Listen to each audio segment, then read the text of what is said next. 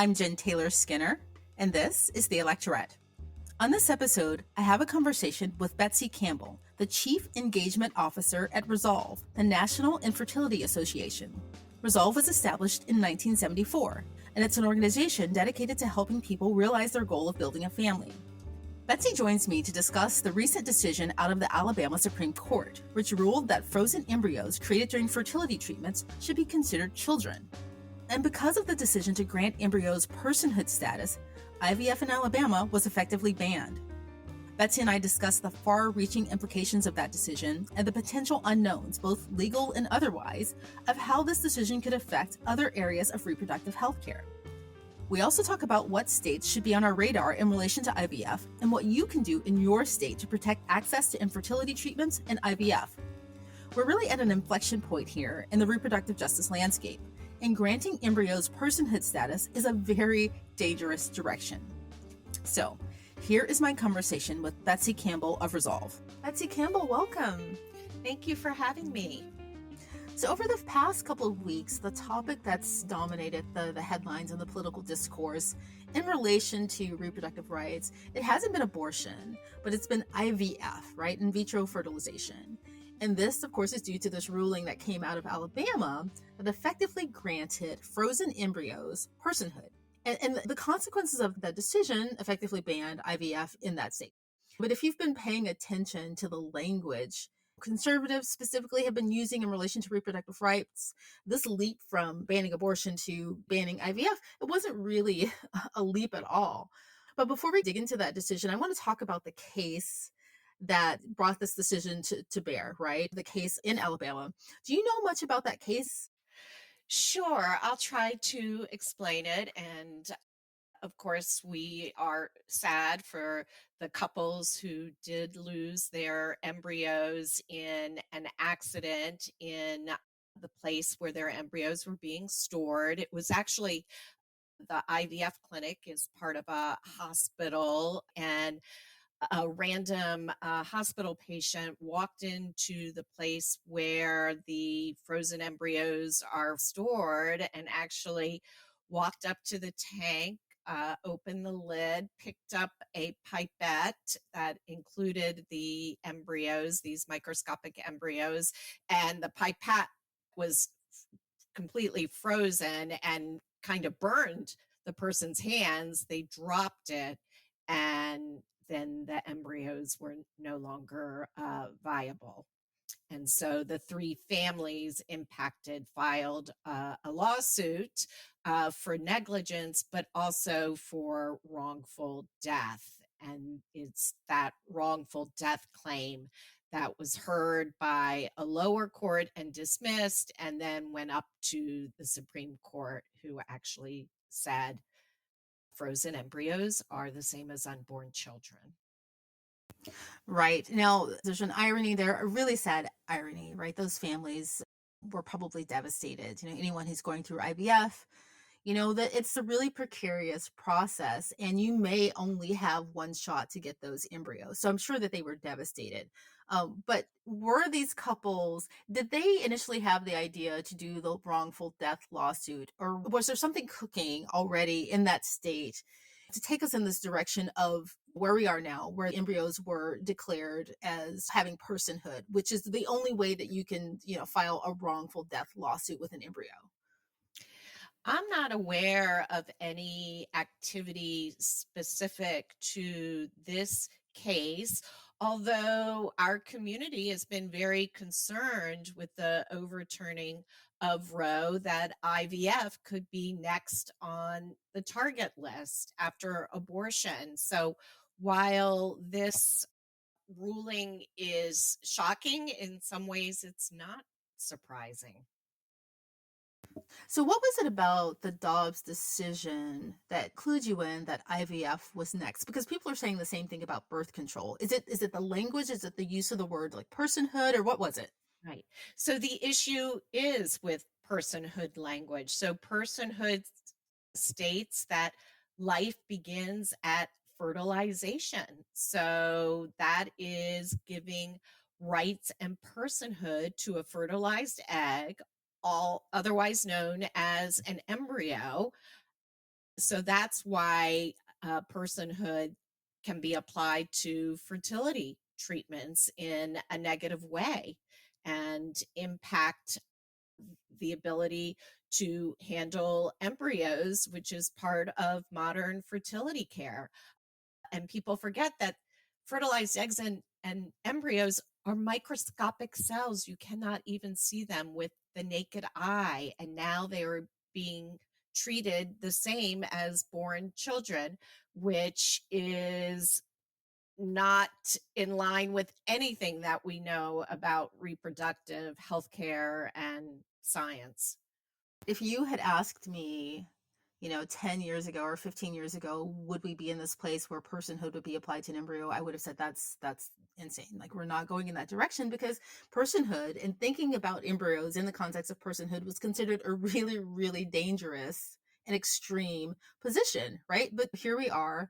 And this Chief Justice, I think Tom Parker was the person who, cited, I think, the Bible in reference to this decision, talked about embryos in that context. But IVF is a medical process. It's a scientific process. It isn't magic, right? Right, right. But once you take it outside of the realm of science and you're making these arguments based on the Bible, anything is then on the table in relation to this. Exactly. Right. The goal of IVF is to have a healthy pregnancy with a single baby, and that requires creating enough embryos to give the best chance at pregnancy. And even with natural fertility without medical assistance, most embryos do not develop. And that is true in the laboratory as well. But if you're giving embryos the same rights as living people and that embryo does not develop, will this now be considered wrongful death, manslaughter, or murder? And this is what everyone is now struggling with in Alabama. And that's why clinics have closed in the wake of this Supreme Court ruling. I mean, this can go in all sorts of directions. One of the things that couples do when they're trying to find an IVF clinic is they look at the statistics, right? The rates of success coming out of those clinics, right? If a Right. couple goes to a clinic and this doctor is less successful than they'd want, they didn't quite get the embryos transferred correctly, and the couple was not happy with the outcome, are those doctors, could they be held responsible for mishandling an embryo? I mean, I'm not a doctor, but I can think of a dozen different scenarios where people could be blamed. Right. The concern is that it would raise the potential for litigation and unnecessary lawsuits. And also, what about the intended parents, the patients who make a decision to freeze their embryos? I'm not aware of people being allowed to freeze their children. So, there's just a lot of what ifs that can't be answered. So what's happening right now in Alabama? I know things are moving really quickly, but I did read that the clinics in Alabama were trying to transfer those embryos of couples who were mid-treatment outside of the state, which again is an irony because that puts those embryos at risk. Like, moving an embryo from one environment to the other puts them at greater risk, presumably, right? Well, right now, the clinics that I'm aware of, most of the clinics have paused IVF treatment. We've also learned that one of the largest transporters of frozen embryos is no longer doing service to and from Alabama. So that probably is limiting people's ability to move their embryos. And, there could be reluctance on the part of clinics to release the embryos in case they're the ones that could be held liable. So I don't have direct information on whether embryos are being moved out of the state, but certainly embryo transfers for the most part are not being conducted in Alabama, and this is impacting patients and providers, very directly. Full disclosure, I we use IVF, rather, for my second kid. And to have your your treatments stop, mid-treatment when you're going through IVF is devastating. Time is of the essence from month to month. You have no idea what your body's going to do. You have no idea. I mean, you could have a few months, a few weeks to work with these embryos. You just don't know. So to Right. have any disruptions, right? Even if a doctor cancels your appointment, that could be a really big deal. And I just want people to really understand the emotional roller coaster that people are going through with this decision. Exactly. It's devastating. And as you know, it takes weeks and weeks of preparation, taking the right medications, doing injections to get your body ready to accept the embryo, to give the best chance at pregnancy. And everything comes to a grinding halt. And we have just heard from scores of patients who are scared, sad, overwhelmed, angry. They're losing hope. One patient told us, this ripped all hope out of us. Will we ever be able to have a child? It's heartbreaking, and it's equally heartbreaking for the physicians who've been on calls with these patients canceling their cycles, and both parties are in tears. Right after the Dobbs decision, anti-abortion or abortion ban legislation just spread across the country like wildfire immediately, all across the country, within days, really. I kind of expected the same thing to happen after this decision, but I don't think that's quite happened yet. I mean, granted, I think it's been less than 2 weeks. It hasn't happened yet. And I'm not really sure why. I know that people are devastated, but in terms of the politicians who are behind this decision, conservatives rather, they've been kind of backtracking, I think, because I don't think they expected there to be such a backlash, right? I mean, so what's been happening in that Yeah. sense? Yeah, I think you're right. Well, first of all, I think lawmakers and perhaps a lot of the general public don't realize that infertility impacts a lot of people. In fact, it impacts 1 in 6 people globally. And there's also been polling showing that more than 85% of Americans support IVF and family building through IVF. So I think that lawmakers are realizing that their constituents really care about this issue, and they need to decide what side they're going to be on. Are they going to help their constituents build their families, or are they going to dash their dreams of a family? Right, this has been turned into a political issue, but, infertility, it doesn't pick a party, right? You're either No, it is nonpartisan. It does not discriminate by party or political beliefs. right, That it is seems. true. So, do you know, or do we know rather, how many, babies are born via IVF every year?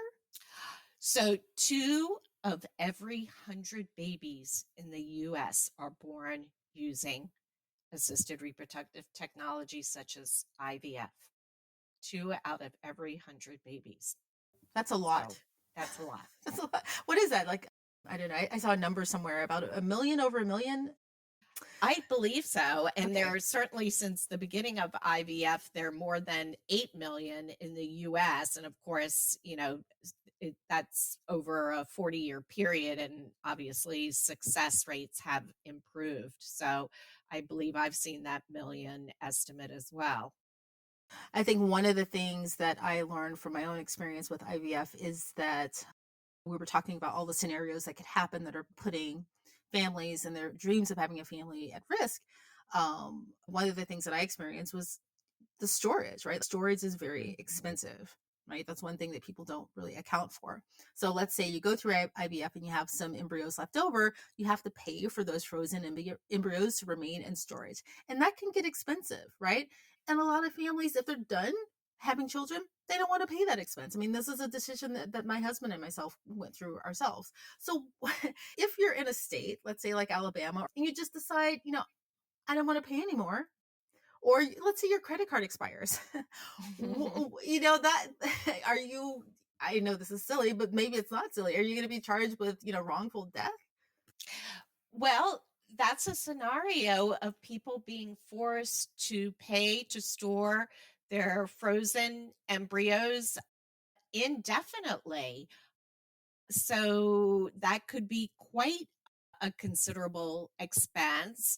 And you're right. What happens if they do stop paying? And gosh, now are you having to put the storage of embryos in your estate planning? It just the yes, again, just so many questions that I don't think anyone anticipated when you now equate frozen embryos with living children. It just raises all sorts of what sound like nonsensical questions that we're trying to answer.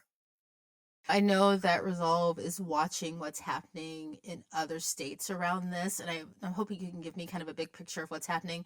But there are some other states to watch. I know that Tennessee made an attempt to do something similar to Alabama that failed, it didn't go through. So, what are some states that we should be watching that we should be worried about in relation to IVF?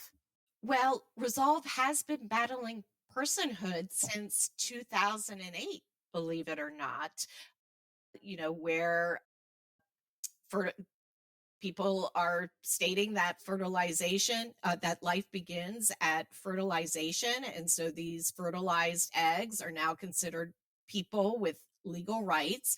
But we've been able to successfully defeat those bills primarily by reaching out to lawmakers in those states and explaining that, your target may be to attack abortion, but did you realize that this will also impact people who are trying to have a baby? And normally and typically they didn't realize that, and so they backed off, or the legislation didn't go anywhere.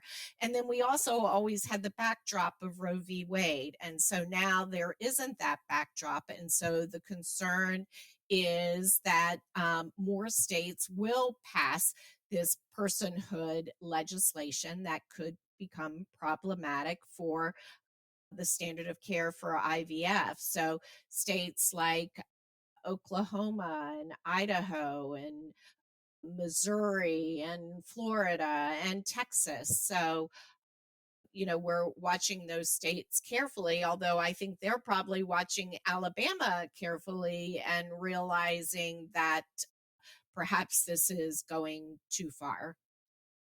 Yeah, I mean, I don't have a lot of hope with Alabama because even though their legislature did try to counter this with a decision. I don't know the specifics of the decision, but they were trying to protect clinics from lawsuits, but they did not go as far as saying, well, embryos are not babies, right? So, Right. The yeah. current bills that are actually going to be heard again tomorrow are really just a band-aid to try to reopen clinics. But the longer term question of how to classify embryos as still needs to be resolved, because there are still too many factors that could again interfere with patients receiving the standard of care and providers providing the standard of care, and you know but facing potential litigation and civil or criminal charges. Right. So you open up an interesting question. So let's say that that's successful with the Alabama legislature and they're able to protect clinics and then they can open up again and they can continue IVF, treatments because they aren't open to lawsuits. Then so what what's then gained from all of this? We're kind of back at square one, except embryos are classified as people. Well, I think the lawmakers do understand that there is more work to do, that this is not solving the bigger picture. There's some dissonance when you're passing legislation that says you have immunity for the death and destruction of an embryo if they truly consider that embryo as an unborn child. That continued to be the only legislation that's on the books because there's already confusion and the potential for misinterpretation. And so it's not enough. It may get the clinics opened for the time being, but lawmakers need to keep working on legislation that actually allows the standard of care of IVF to continue to be performed in Alabama. I guess what I'm trying to say is if the clinics are opened again and they're performing IVF treatments, right? The only thing that's left out of this decision is that you've declared embryos as people. Personhood, right, has been granted to embryos. And that's the only thing that's left, which is the most dangerous part. Well, the legislation doesn't do that. There was a legal ruling in a civil case. So that is separate. So there isn't uh, a law stating that, or at least my understanding is that there's not a separate law stating that embryos are the same as unborn children. And I'm not a lawyer, so I should caveat it that way. But the ruling was for a civil lawsuit, and now lawmakers are trying to provide a legislative solution. I see. I see. Thank you for clarifying that. So, are you mobilizing women in those states to talk to their state legislatures about their states being at risk for something like this? How are women Well, responding? Yeah. right. Well, the women are already responding without any urging from us. So they have been submitting their stories through our Fight for Families campaign because they fear that their states could be next. And so, with advocacy, especially related to infertility, sharing your story is the most important thing you can do. As I said earlier, most people don't realize how common infertility is. And part of that is because not enough people are talking about it. There's still a stigma associated with infertility. It's a very private matter having to do with, sexual reproduction. And so not enough people are talking about it. Well, now is the time for people to be talking about it and sharing their stories and the challenges they face building a family and making sure that their lawmakers are protecting their right to build a family and protecting IVF. That's a really good point. There's kind of a shame, and I guess that's rooted in a lot of different things, sexism, misogyny. And I think that if we kind of made it okay to talk about that openly, more women would probably seek it. I know one of the statistics that I read was that Black and Latino women have greater numbers of infertility in comparison to white women, but they seek infertility treatments less often, right? And I That's think true. it's part of the stigma of talking about it openly. Right. Exactly. I think the stigma may be stronger in certain communities, or perhaps it's the opposite of the stereotype of being fertile, and it just creates some additional barriers to seeking care. But, infertility is a disease, and I can't think of any other disease where a state is somehow limiting how you can deliver the standard of care, how they're legislating medical care for a disease. Especially citing Bible verses, which is That too. right. But I know that some states are doing some positive things on your map, right? So they're trying to protect fertility treatments and IVF. Is that true? And what states are doing that? Yes. Well, some states have protected IVF at the same time that they were trying to codify, protecting abortion and contraception. States like Illinois and New York, I believe. And, other states are passing insurance legislation to improve access to IVF, because we know that out-of-pocket costs, when insurance doesn't cover infertility, that these out-of-pocket costs are the biggest barrier to care. So I've probably said access a lot, but really what's happening in Alabama is about having IVF be legally available, but in other states, it's legally available, but it's not accessible because people can't afford it without insurance coverage. So there are about 21 states with some sort of fertility insurance law. Not all of them cover IVF, but we're working in a number of states right now to pass this insurance legislation. And we're actually seeing what's happening in Alabama is providing an additional incentive to get this done. Yeah, well, insurance companies right now in America, they typically go through private companies, right? Companies offer insurance to their employers. Is there an avenue there through companies to provide IVF coverage as a benefit to their employers, right? And then, you'll have more people supporting it then if it's covered through a company. Is that an avenue? Absolutely. And honestly, I believe the private sector is sort of leading the way. They don't need to wait for state legislation to require coverage. Actually, most people work for self-insured employers. So these are the very large employers, 500 or more employees, who are actually governed by federal law, not state law. So these companies and employers can voluntarily add these benefits. And Resolve has an entire program called Coverage at Work that helps employees make the ask to their HR departments to add these pro-family benefits. And there's actually a study by Mercer showing that virtually all of these employers, 97%, that provide fertility benefits, including IVF, have not seen a significant increase in their medical costs. So it's good for business. It's not only the right thing to do, it's good for business and helping attract and retain top employees, top talent. And we know employees value this benefit and will leave a job in order to find one that provides this coverage.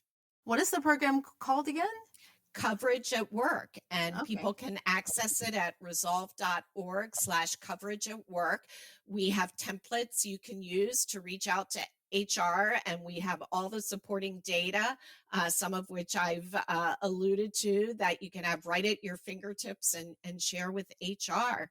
And since we started this program several years ago, over 3 million employees now have better family building benefits as a result of a Coverage at Work ask. That's amazing, Betsy. I'm sorry, that's amazing. Again, full disclosure, I did go through IVF, and the only way I was able to afford it was because it was covered through the Yes. company. Yeah, that was the only way. That's wonderful. And I bet you were very loyal to that company and very grateful for that benefit. Yes, yes, yes, we were. So at the federal level, how do you foresee this, assuming we're going to go into a positive direction, and I believe that we are? Yes. How do you see this happening on a national level, like Right. federal protection for fertility coverage? Well, a federal bill actually existed prior to Alabama and is more important than ever. It's called the Access to Family Building Act. It's been introduced by Senator Duckworth and Congresswoman Wild, and it basically guarantees the legal right to access IVF and other infertility care for all Americans, regardless of where you live. So we are encouraging everyone to reach out to their federal lawmakers, to their representatives and senators, and encouraging them to support the Access to Family Building Act.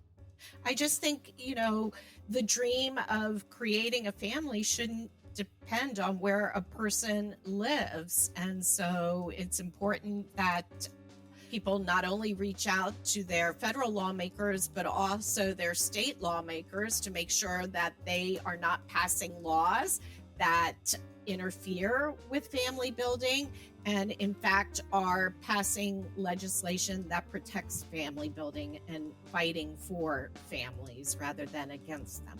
Yeah, that's an excellent point. Where you live shouldn't determine that. Wow. But Betsy Campbell, thank you so much for joining me. I've really enjoyed our conversation, and thank you for sharing all of the resources, and I'll put those in the show notes so that people can find you.